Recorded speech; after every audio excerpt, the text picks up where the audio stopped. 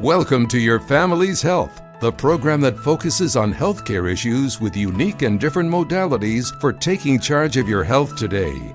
Experts talk weekly with our continuing roster of guests from around the country and right here in Nassau County to keep you up to date on the latest health issues and trends. Take care of your mind, body, and soul. Spend the next half hour with the voice of Nassau Community College, 90.3 WHPC, and get on the journey to better health. Hello and welcome to Your Family's Health. My name is Dr. Jeanine Cook-Garard from the nursing department here at Nassau Community College. And today you're going to learn about Attention Deficit Hyperactivity Disorder, also known as ADHD, and how it can be treated without medication. We will also learn how anxiety, depression, and other mental illnesses might be able to be treated without the use of prescription drugs. Our guest today is Michael P. Cohen, the Director and Chief of Neurotechnology at the Brain Center Training in Jupiter, Florida. He specializes in neurofeedback and helping individuals improve their brain function since 1996.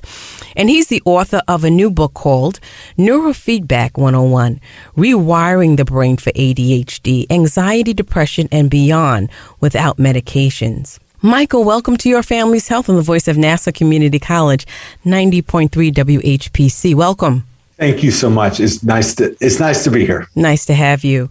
So start out by telling us a little bit about yourself and what made you become involved in brain health. Well, like many people, we have our personal experiences. So my dad had some struggles in his life with depression, but he had gone through a couple of rounds of even shock therapy back like in the 60s and in the 80s. And then in 1994, when he retired, and then it would go away and he would be completely fine for 10 years and 15 years.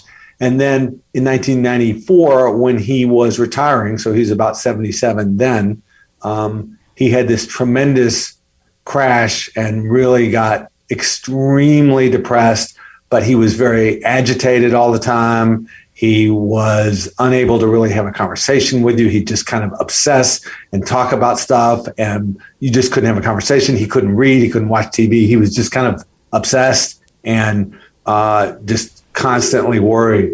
And so in terms of that, the reality is we didn't know what to do. We took him to the head psychiatrist at Vanderbilt Medical School.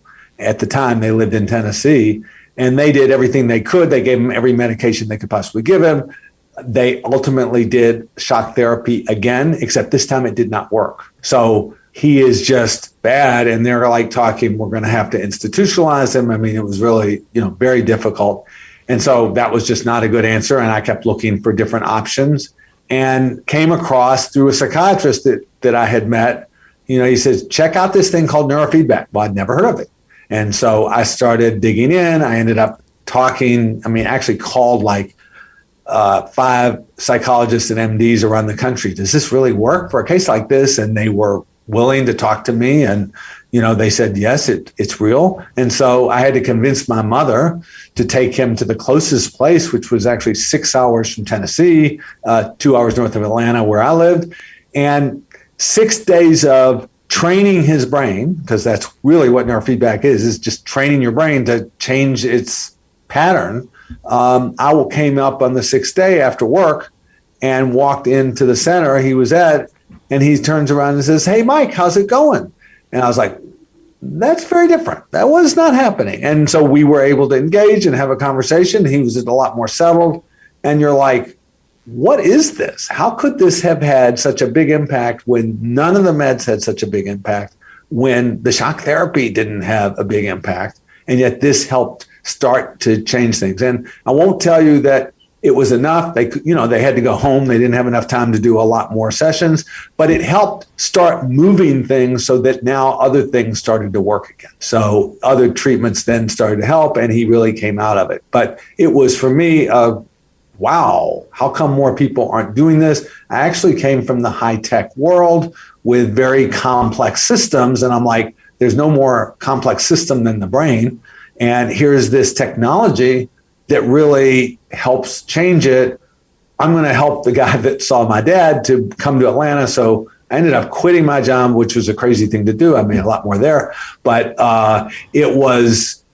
this needed to be out there. So that's how I got into it. It needed to be out there because I talked to a number of other people who were at that center that I took my dad to with some amazing other stories, including a woman that had been in the Army as a nurse. And when she came back, she had had some trauma in Vietnam and nothing worked. And she found this center, and after doing everything she knew to do, this transformed her. So it was more than just my dad that kind of encouraged me to go, why doesn't everybody know about this? So can you explain to the audience what ADHD is and how it's diagnosed and how it's treated? Lots of people think they have attention problems, and there are some very strict guidelines of how it actually gets measured. There is there's these checklists that come from the diagnostic manuals that psychologists and MDs use called DSM-4, DSM-5. Mm-hmm. If you meet this criteria of inattention is one of those items, hyperactivity is another, they're behavioral items. In other words, there's a list of a number of checklist items. And if you meet, 6 out of 10 of the criteria, it means you have an attention problem. But most people really understand, okay, my kid is struggling, and we're going to talk about kids at the moment, but really it's equally true for adults, both male and female. I'm having a hard time getting things done, performing, because I can't sit still, I can't pay attention, I can't sustain my attention, I'm constantly distracted. All of those things are what we know are attention. But we also know, what do I do to fix that? So what are the standard things you do to fix that? Well, typically they're going to go to their pediatrician or to their primary care physician and say, is this something that I have? Do I meet the checklist? You can actually look up the checklist and find out, do I meet the checklist criteria for ADHD? You can do that online. And then, although I always encourage you to see a health professional because we overinterpret these things we find on the internet. And then, usually that doctor is going to say, well, let's try a round of medications.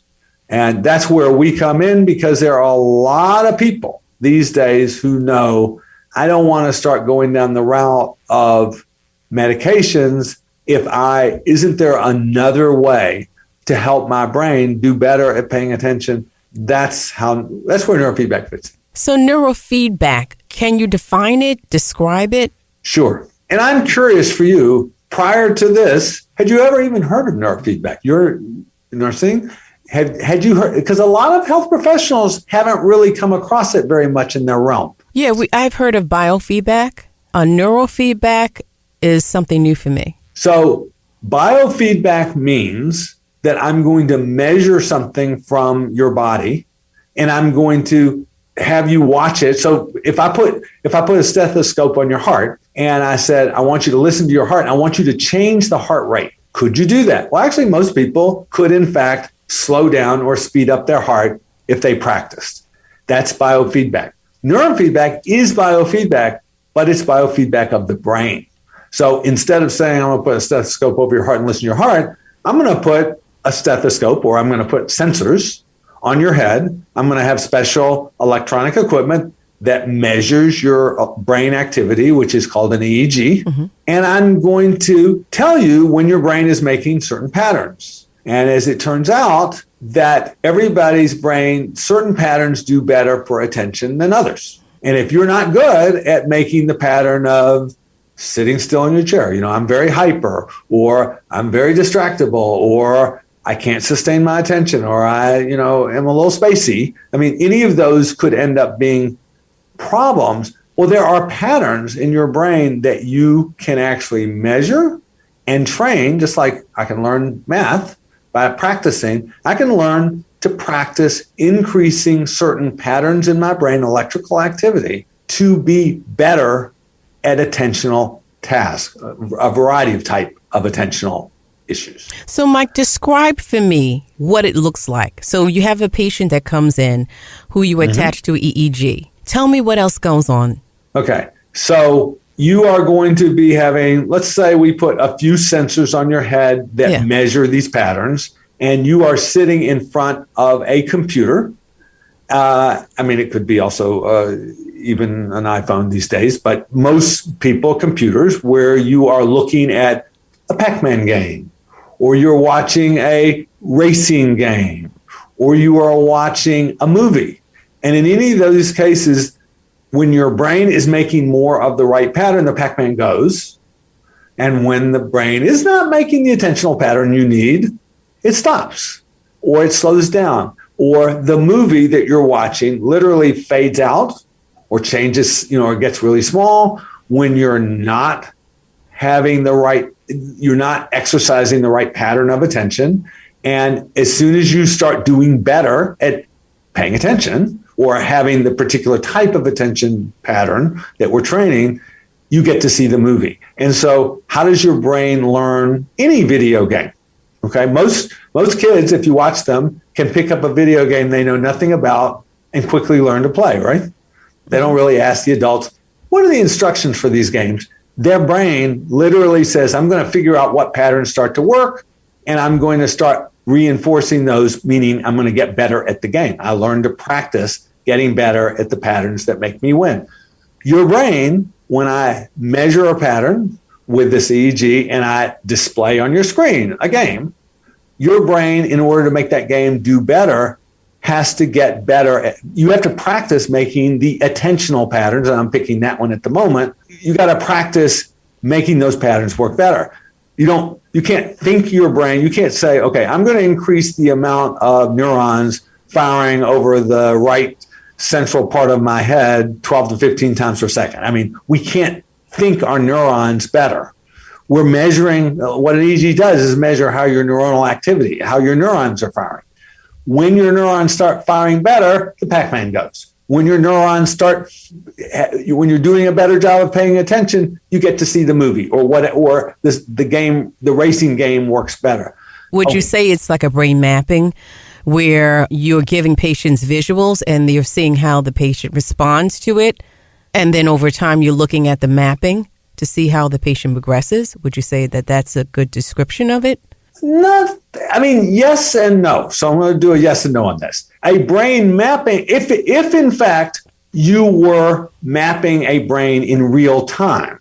So a lot of times brain maps are, I'm going to do this image and I'm going to analyze it later and show you what you have. But if you said, I'm going to actually display what activity your brain is making, so that is a map of sorts. You could describe what I'm observing is information from what's going on in the brain. You are literally changing it. That's what you're practicing, is changing that pattern in your brain. And there are systems, in fact, that display like a 3D brain that you can actually watch different parts of your brain increase or decrease the activity, or you can play games. There's different ways to display it. But it's more of a game. So when you say changing it, what are some of the things that you do or suggest the patient does to change the way their brain responds? So I'm going to step back just for a second to answer that, which is when you're having a kid that plays a video game, they're not consciously figuring out how they're getting better at it, right? They're just practicing and getting better. Their brain is figuring out how that pattern works. When I'm measuring your brain activity, you can't consciously change it. But, have you ever been on a balance board? Mm-hmm. Like when you get on a balance board and you first get on it, you tip over and then you get shaky and then eventually you learn how to balance. If I asked you, how did you balance on that balance board? Because I can't. So just explain to me how not to tip over because I tip over. You would not be able to explain that. I got you. Your brain literally figured out whatever pattern it took for you to balance. When I put a sensor on your head or several sensors on your head and I say, I'm going to show you what your brain is doing, but the more it makes more of this pattern we're measuring. In other words, we're going to be measuring your attentional pattern, a pattern that helps you with attention. When the Pac-Man goes more, when your movie stays, when you can see it, because it's very annoying when the movie fades out. your brain is simply learning a new pattern. And so that's what I would say is just, it's just a pattern process. It's practice. It's practicing a pattern. And all the machine is really doing, the person like me who is trained in neurofeedback is having to identify, well, which patterns do we want to train and where in the brain do we need to put the sensors so that we can target attention. So that is from a clinician standpoint, a provider standpoint, what has to be learned. Anybody who does this has to learn really how to be a coach. What exercise are we going to do? Which part of the brain? I'm going to have the computer measure it. I'm not actually doing anything to the person. The person is literally watching themselves get better at paying attention. So what is the certification for being a neurofeedback specialist, technologist? So it's a bit of an interesting field in that none of the states actually require at this point certification in neurofeedback in order to provide it. Most of the providers are in fact licensed mental health providers, licensed psychologists, a small number of psychiatrists, and other health professionals, and APRNs, and there are nurses, but it's really state licensure. And when someone is able to offer help for ADD or help for anxiety or help for depression under their licensure, they can choose any tools they want to include. So most people, their licensure already includes this. There is a organization called BCIA, which is Biofeedback Certification Institute. So it's bcia.org. And they are the certifying agency, and they are a certifying agency. And there are many professionals who go forward to get that certification, but their licensure doesn't require it. You're listening to Your Family's Health on the voice of Nassau Community College, 90.3 WHPC. My name is Dr. Jeanine Cook-Garard, and today you are learning about ADHD, anxiety, depression, and other mental illnesses, and how they can be treated without medication. Our guest today is Michael P. Cohen, the Director and Chief of Neurotechnology at the Center for Brain Training in Jupiter, Florida. And he's the author of a new book called Neurofeedback 101, Rewiring the Brain for ADHD, Anxiety, Depression, and Beyond without medication. So this neurofeedback, you use it to treat anxiety and depression. Can it be used for panic levels? Oh, yeah. We see lots these days, more than ever, lots of panic attacks, lots of anxiety. And, I'll give you an idea of a case just so that you have some knowledge of it, which is that when we had a woman that was traumatized from a rape. She was about 25. She was getting her master's in mental health, and she had become disabled and unable to work because of her event that was traumatic. And she had done lots of therapy for 6 months and still was unable to work, was still very hypervigilant. I mean, many people have different kinds of things that trigger their anxiety. This was quite extreme, but she couldn't get it back together. She was a smart woman. She couldn't function. So when she came to us, she'd already tried medications, which had not worked. Psychotherapy had not worked. She learned about it. We put sensors, in her case, over an area of her brain that we know often is extremely calming for high anxiety and trauma. And she had been very traumatized. At the end I talked about like watching a movie and listening to some, watching things go on, and actually you hear sounds, but she was just sitting in a chair kind of watching a movie, a very calming set of scenes, and getting feedback about her brain. She has no idea what she's doing. I mean, when you're sitting there and you're doing this, you're like, what am I even doing? But your brain is responding, just like if you're on a balance board, you learn to balance. Your brain is responding to that feedback. The end of 30 minutes, she gets up and she says, this is the first time I have felt normal since that happened. Now, what she did is she exercised the part of her brain that helps her be more calm.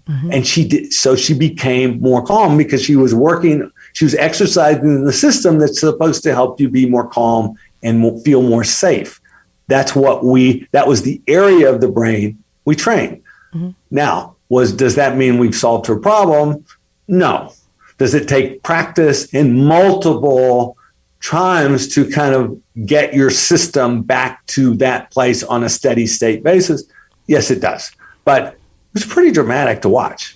So this leads me to the next question. How do you measure positive health outcomes with this biofeedback?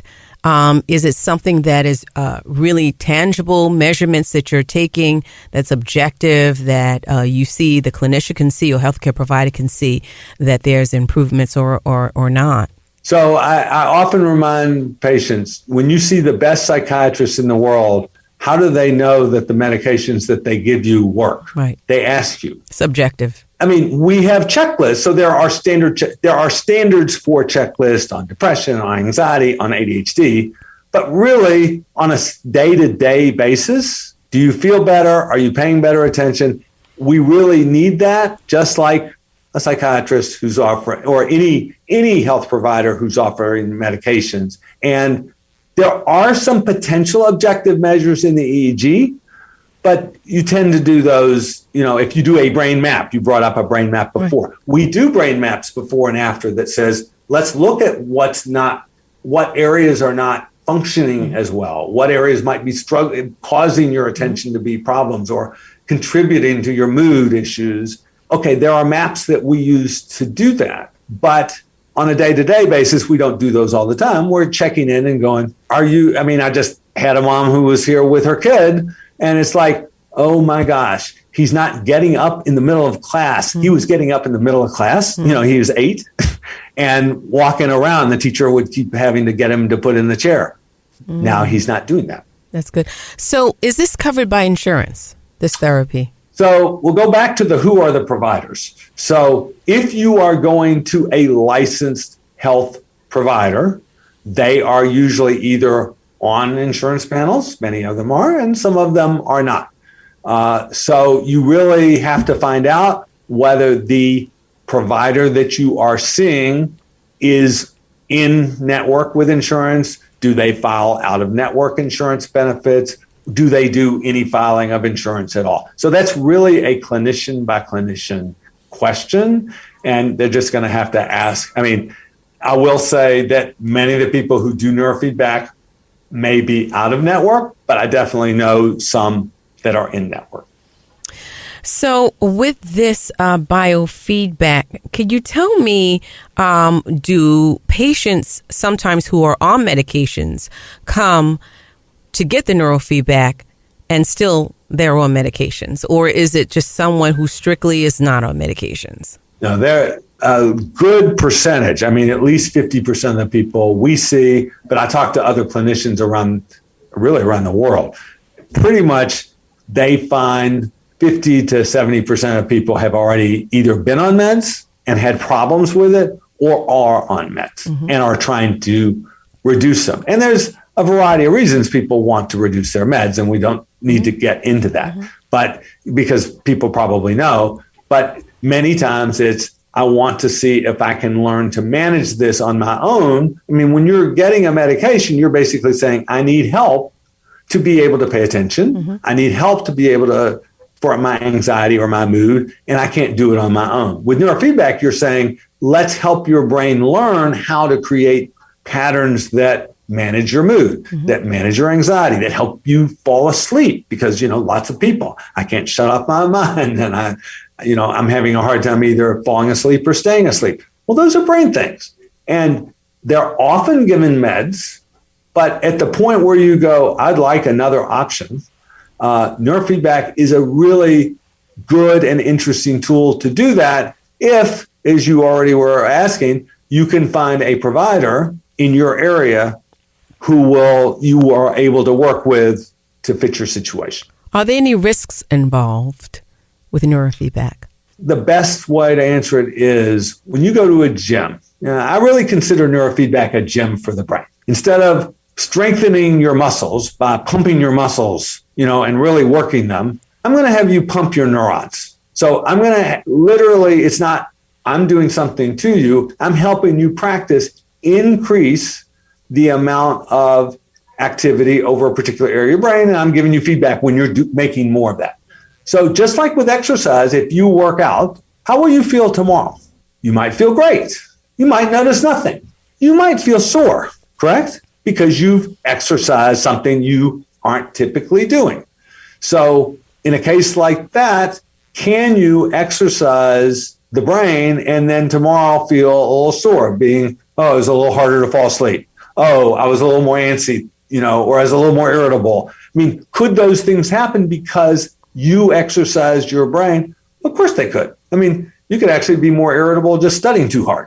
There's lots of things that can affect our brain, but those are things that happen very temporarily, just like being sore, it goes away in a day or two. And then over time, that strengthens so those things are not happening. So I don't think of it as, it's really just part of the process of, as you strengthen your brain, you're going to stimulate some areas that are fairly weak, and it might stir things up a little bit for some people on occasion. So where can someone get in touch with you for more information about neurofeedback, and where can we get your book? So the book is on Amazon, Kindle, or hard copy. So that's Neurofeedback 101. And it really is designed to be a quick read. I mean, people don't want to read great detail about what the heck is neurofeedback. So we put a lot of information about what kinds of impact it's had on people's lives, because I find people really do relate well to that.